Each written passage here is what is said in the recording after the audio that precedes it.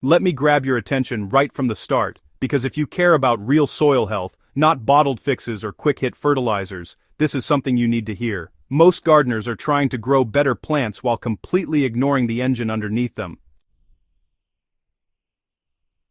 Dead soil does not grow healthy crops, no matter how expensive the inputs are, and here's the part most people miss. One of the fastest ways to wake up that engine is already sitting in your kitchen, plain rice, not as a fertilizer, not as compost, but as microbial fuel. So, what actually happens underground after rice is applied? Well, the first phase is a microbial bloom. Bacteria and fungi just explode in number as they consume the starch. The second phase is heat and activity. That microbial bloom creates warmth and movement underground, which worms are extremely sensitive to. The third phase is worm aggregation. Worms flood into the area, feeding heavily and leaving behind castings packed with plant-available nutrients. The fourth phase is soil transformation. Within 2 to 3 weeks, the soil becomes darker, looser, and crumbly, with improved structure, better drainage, and higher biological activity. Let's talk about how rice water activates soil life with speed and control. Honestly, the easiest method is rice water. Just take 1 cup of plain rice and rinse it in 2 cups of non-chlorinated water. Rub the grains together until the water turns cloudy. That cloudiness is dissolved starch and microbial food. Strain the rice and keep the water. Pour it directly onto garden beds, around fruit trees, or over compost piles. In containers, use it as a soil drench once every 7 to 10 days. This works especially well in tired potting mixes where biology has collapsed. Now here's how burying rice creates long-lasting worm hotspots.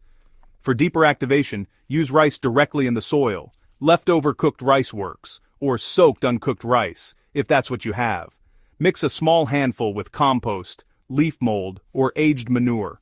This buffers the breakdown and prevents sour spots. Bury the mixture about 2 inches deep near plant roots or between rows, then cover lightly with soil or mulch.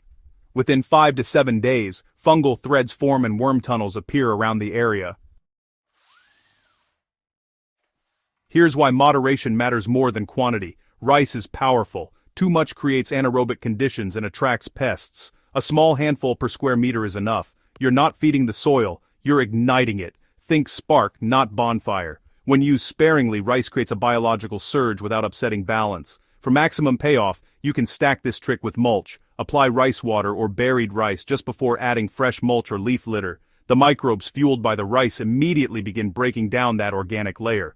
This turns mulch into active humus instead of passive cover. The soil stays moist, fungal networks expand, and nutrients cycle continuously instead of leaching away.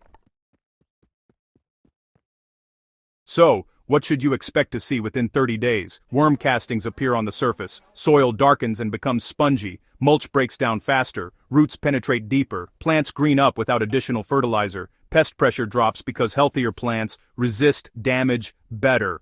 The difference is obvious when compared to untreated soil. Where does this method work best, and why does it shine? This trick excels in compacted beds, raised beds that have gone biologically dead, areas damaged by chemical fertilizers, and container gardens that dry out too fast. Rice doesn't fix soil by adding nutrients, it fixes soil by restoring life. Why does this simple method belong in every serious gardener's toolkit? This rice trick is affordable, scalable, and repeatable. It works in urban gardens, backyard plots and containers. It aligns with natural farming principles and long-term soil building. Once you understand that soil responds to food, not force, everything changes. If this helped you see soil differently, don't keep it to yourself. Subscribe to the Nature's Fix, share this with a fellow gardener, and keep building soil that works with you instead of against you.